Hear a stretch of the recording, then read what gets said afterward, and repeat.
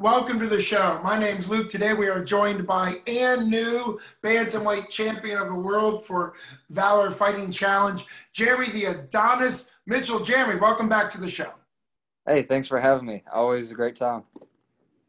Well, it's great having you. We've had you on the show a couple times, and the last time we had you on the show was going into this Valor Fighting Championship fight that you had for the Bantamweight title down there in Tennessee. You just fought a few days ago and won in the first round. So walk us through the fight first. Oh, man. So when I first got out of the cage, I actually ended up apologizing to my whole team. The fight felt terrible. What it felt like from, the beginning was I went out and I threw my the combo I'd anticipated and kind of felt. I decided that I'd had a pre-planned combo. Had I felt something, I felt that thing through the combo, and I felt like he kind of cut my combo off. And so it was a weird start. And then I threw my head kick, and the head kick landed, but he teeped me off balance. And so I had to, reposition myself. I hurried up and got to my feet, but I still ended up pinned against the cage. And so it felt like a very bad start. I got my underhooks. I attempted the takedown, almost got the takedown, and he reversed it.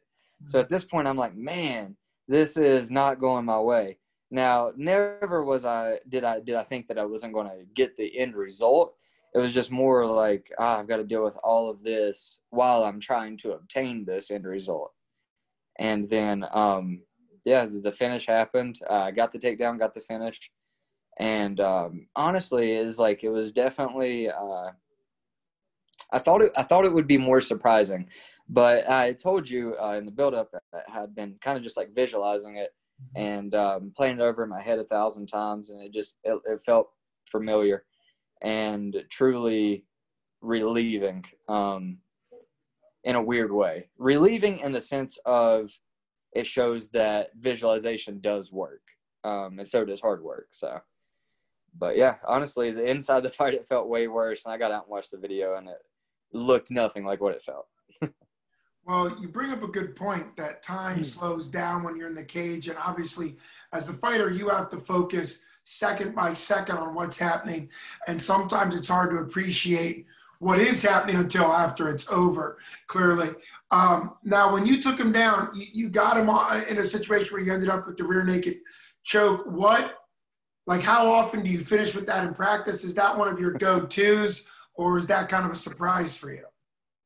So I know I win a lot of fights with it, but truthfully, in the gym, I get the position quite often, but hardly ever do I finish the position. I think the ability to truly use ground and pound makes the position way more damaging in the fight, because you're in real danger of being TKO'd. And even from just a good back mount position, even if you can stay conscious, you can be deemed so unable to defend yourself that the ref will still stop the fight. Absolutely. So it's a very dangerous position in a fight. When I got there, it was kind of like, no, not again. Like another rear naked choke. Like I really wanted to either get the ground and pound finish or, try to stay standing. But truthfully, the way I see it is flow state took over. I did what I did. And when I was going for the choke and I could feel that it was locked in, I was, I'm there to do a job. I'm there to get the finish. And I wasn't going to pass it up just to, satisfy my own ego, I guess, of going for the TKO. So, yeah, absolutely. I mean, it makes sense because a TKO kind of shows maybe a little bit more control in a way, but obviously a submission is the highlight of the other person saying that they can't be in there with the fight anymore for you. When you think about, I know you've been watching or at least following some of the Dana White Contender Series. He talks afterwards a lot just about finish rate, not so much if it's submissions or stoppages. So I can encourage you, it's a great time where you can finish in under 2 minutes, but it's also good because it doesn't leave any doubt. It makes it very clear. But this is, to my knowledge, one of the first times you fought professionally at 135, and I was following you on Facebook and your cut and kind of all your nutrition. You were doing nutrition videos. Talk about the cut and the nutrition, and then talk a little bit about the YouTube channel you now have and the fact that you're putting content out on this YouTube channel, everything from working out to you being a fighter and more? So the weight cut honestly was I made the weight better than I've made featherweight any other time. And when it came to fight night, I felt looser. I felt better than I'd ever felt on any fight day. And honestly, on just like any day-to-day, any time. There was no inflammation in my body. I could warm up forever. I remember we did the shakeout that morning, and I thought that I did like a good 10, 15 minutes on mitts just to crack a sweat. And I put my heart rate monitor on just to make sure I didn't go over, a certain point because I wanted to warm my body up but not tire it out. And I ended up hitting mitts for like 40 minutes before I even I didn't even realize it. We hit mitts for 40 minutes and I had no clue. I thought we'd been 15 minutes long. It was like no matter what I did, I just couldn't get tired. And then, like I said, we did the cut in 2 baths, easiest cut I've ever had. And I actually woke up on fight weight the morning of weigh-ins and had to cut no more. I went to sleep 2 pounds over. I ate the night of the weight cut and then still weighed in 2 pounds underweight. I ended up weighing at 133.6. So, Tracy, the lady I work with that does my nutrition, she's an absolute genius. The preparation was tedious and very, very calculated, but the actual cut itself was like cake. Now, as far as my YouTube channel goes, I want to pump out a lot of content there. I feel like it's a good opportunity to let people see what I do, even if it's only a glimpse, and, allow them to be kind of more into what I do and be a part of it instead of just what I see or what they would see off my Instagram. Because Instagram, it shows you a picture or a minute-long video of my life, and it doesn't really allow you – it makes you very unrelatable. And I feel like social media has a very weird way of making all of us seem like we live life. And so for me, the YouTube channel was an opportunity to show people what I do and, let them see into it more. I feel like even the fighters that do that try to spend too much time not letting out secrets or trying to portray something throughout their YouTube channel. And my kind of goal with even martial arts or my YouTube channel overall is to kind of be like a fresh breath for everybody. Somebody that's genuinely original and let you see them for who they are, not somebody that is trying to sell you a persona. And also I want to use it to educate people, to create an educational value, because a lot of people, like I said, same thing with anybody on YouTube, they only want to give you certain things that they can sell you. And I want to give people truthful advice, truthful tips, truthful education with no price tag attached to it. And so that's kind of my goal with my YouTube channel, man, is to educate and to inspire. So. Well, it's nice that you have a lot of thinking that goes behind it. I mean, it's good that you have a plan with it, that you want, like you said, you want to be relatable, you want to be open. Speaking of that, something that you put on a lot of your social media posts is the phrase, I think you hashtagged or the phrase, glory to God. Talk about like what that is to you, because obviously this is a great platform you have to talk about whatever that means to you, your faith, and kind of your purpose of bringing that up to your social media. So I feel like everybody has a purpose, obviously. You could find that on any roses sticker, like thing that would hang up in your room.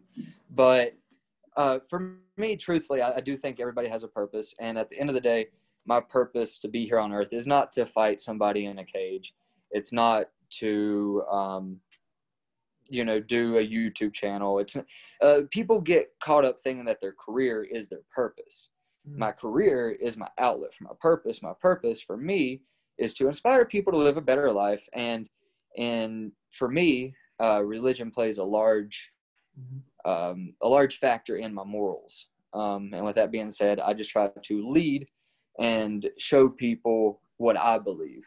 And I'm not necessarily trying to force it on anybody or anything. I just, to me, I feel as if everything that I accomplish isn't necessarily what I accomplished. It was what I did with the willpower, the discipline, and the opportunities that God has put in my life. So the glory isn't to me, it's to God. And so I kind of just want to show everyone, like I said, a breath of fresh air. Everybody in mixed martial arts is obsessed with me, I. And I mean, yeah, it's a selfish sport, and I do that at times. But truthfully, like I said, none of that's possible without God. God had soldiers, and I would like to, be one of those today, a modern day. Absolutely. Well, like you were saying, it's mentally healthy, emotionally healthy, and spiritually healthy to recognize that what you do is not who you are. We have this philosophy almost that like your job, your career, we even introduce ourselves that way to people. But I like the expression we're human beings, not human doings, because our existence is more valuable. Who we are as a person, morals, the way we treat ourselves and others, our faith is more important than just what we do to punch the time clock, whether it's physically punching the time clock like you do with someone else's face, or whether it's some other type of job. Another thing that you put out there a lot on social media, since you brought it up and I wanted to talk about it, was clean cut killers. That's something that you bring up a lot. What is that? Is that a merchandise? Is that a slogan? What do you do with that? It is a merchandise. Technically, it's a company that I run. Right now, it would be a clothing brand. We would like to get into mixed martial arts gear, eventually supplements and other stuff as well. So I would like it to, eventually you could, you have your Clean Cut Killer boxing gloves, your Clean Cut Killer T-shirt, and your Clean Cut Killer pre-workout. Like, I want to take over all the avenues, but to me, Clean Cut Killers is, the guy in the corner of the room that you wouldn't expect to be the most dangerous guy in the room. He's the little guy that you think you could push around, and he's an assassin. You should have picked the tattooed big muscle guy, because he isn't half as dangerous as this little guy. Kind of like a Jackie Chan, Bruce Lee type thing. Sure. And, I'm just like a nerdy little kid, man. Like, I'm just a 23-year-old nerd. And I go in here and I fight people that look like world beaters. And so to me, that's the Clean Cut Killers look. So, yeah. Well, sure. I was going to say, a lot of times you even have little spectacles, little glasses on that really, that really put that look together. So I figured that's what it was. It'll be interesting. I can't wait to follow your journey. I think starting with clothing line makes a lot of sense. People like to buy gear. You were having people, model your gear. And who was the little girl that modeled your fight shirt? Oh, that's my little girl, man. That's my daughter, Sophia. There you go. Okay. And so she was, I didn't know if that was your daughter or your niece, but I figured she was connected. So how happy was Sophia to be your model for that shirt? She was so excited because she did the same thing with tie-dye. If she has a shirt that matches me or her mom, she is excited, like thrilled. She ran through the whole house and she was like, got the same shirt as Dada. We got to show mommy. Come on, Dada. And grabbed my hand and ran through the house, man. She truthfully is like the most amazing thing. It's crazy every day waking up and just seeing how much she learns and absorbs. It is truthfully the best feeling in the whole world. Having her greet you good morning or just learning something. Hearing her say something new that she learned is the best feeling in the whole world. It's worth 10 titles, Well, I think that's the mindset that'll keep you grounded, because you can get caught up in even the success you're having now. It is success. Your first professional title is a big deal. You're undefeated at 3-0. And so I think it's great to recognize that who you are as a father, who you are in other areas of your relationships are more important than just what you're doing in the cage, because we've seen, we won't use names, but we've seen people reach the highest level in the cage, but then who they are as people, maybe in their closest relationships, tend to fall apart. So it's great to see that value and those morals, like you said. Now, going forward, you're at 135. With your weight cut and how you performed, are you comfortable saying, I somewhere on social media you mentioned being, you feel like you're the best bantamweight. So are you at bantamweight because you had been competing at featherweight? Is this the new kind of push? Yes. Bantamweight is 100% my division.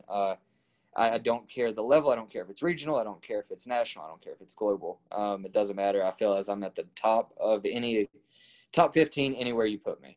If you sign me to the UFC today, I think I can compete in the top 15. You give me the top 15 ranked bantamweight, and I'm going to knock him out of the top 15. So, yes, absolutely 100% bantamweight is where I want to stay. I'm very, very large for the weight class. Although the cut was easy, it's still a large cut. So I don't know where I'll be when I'm, 26, 27, Right. even 25. But right now, yes, as far as I see in my in the future, I'll be at a bantamweight. Well, and given the time frame, the weird times of 2020 with the pandemic and the fact that we met each other in mid-March right before the pandemic hit, and you were going to have a fight then, and obviously that got canceled the day of, and then you probably would have had more fights. The turnaround time. Dana White has talked about having a contender series in November because they're going to go over to Abu Dhabi, do some stuff over there, and come back. Are you potentially looking to get a quick fight now to go, let's say 4-0 and then be aiming at November? Is that something you've considered? So I have 2 names on my list regionally that I would like to fight. And one of those, he has a bout scheduled for October the 3rd. Everything goes well there, then I guess he'll be my clear cut number 1 contender. And that would be Dre Miley. I would love to step in there with him. I feel like he has a solid record. He would be 8-3, assuming he wins his next bout, and it would look pretty on my record to make him my trophy. So if he can get work done on October the 3rd, I would certainly like to fight him. With that being said, also in the cage after my fight, there's a guy named Cole Farrell. He's 10-0 as well. I'd like to get in there with him. Either way, I'm open to whichever one. Like I said, Dre gets the job done, then I guess it'll be him. But other than that, man, I'd like to try to go straight to the UFC. Like I said, so if Dre could get it done in October and then we could have a quick turnaround, then I'd like to try to make it 4-0 and go straight into the UFC and make it onto the November Contender Series. Try to get 2 more fights this year. If that didn't happen, I'll have to knock Dre and Cole off my list and then go into the UFC at 5-0. So. Well, and you bring up, it's great that you have a game plan. It's also good to see such good talent out there on the regional circuit. That's what we're seeing more and more with Dana White Contender Series is really your career is built. You might get the money and the accolades in the UFC when people, get there, but your career is really built on the regional circuit because and we've seen people do this, they pad their record, they get a great record, they get to the UFC, they get wiped out in like 2 or 3 fights and they're out. And then we've seen other people. I recently had the Kosi brothers on this show and they did a great job, but they had the challenge of, people on the regional circuit not wanting to fight them. Now they're in the UFC. So with those 2 gentlemen that you mentioned, it's great to see that you have a game plan. And obviously if you're able to fight one or both of them, like you said, that puts you really looking at not just being 5-0 potentially, but also the number of opponents they had beaten. Like you said, you take their trophy from them. So it's been great having you back on the show. As always, it's a privilege. What we'd like to do is wrap it up for today and then have you back on whenever your next show gets scheduled. So thanks so much for coming on the show, Jeromy.